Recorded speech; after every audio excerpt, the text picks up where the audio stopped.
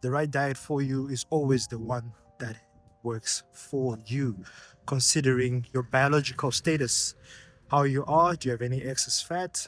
Your genes, because your genes play a huge part. So your genetics are the loaded gun, and your lifestyle, that's the trigger.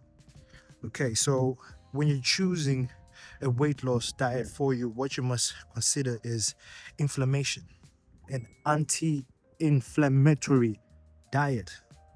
So everything that we consume inside causes a reaction or a response or an expression, right? So, for example, taking from the perspective of the law of correspondence, as within, as without. So if I consume a lot of foods that cause a whole lot of inflammation, it's also going to be expressed outwards.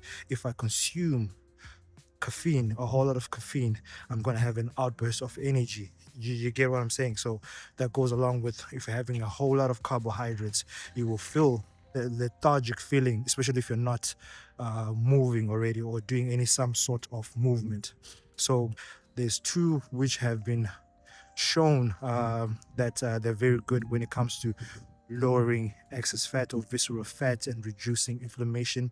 The first one, if you do it for a short period of time, maybe out of 3 months, for example, that's the ketogenic diet, which is just more of a high fat, low carbohydrate.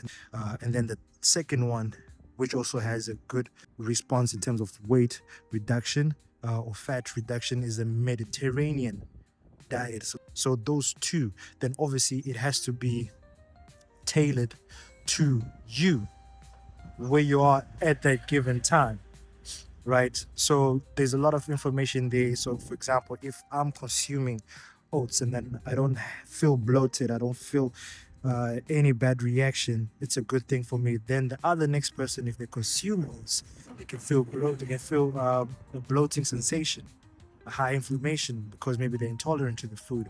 So those are the things that you need to consider. And then if you pair that with a good recovery regime, well, it's obviously we're assuming that you're training, you're doing your movement already, because that's the anchor. So making sure you're on an anti-inflammatory diet, making sure you're recovering properly.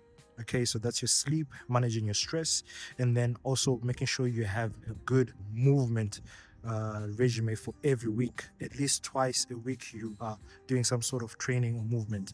That combination has shown good improvement on your weight loss journey.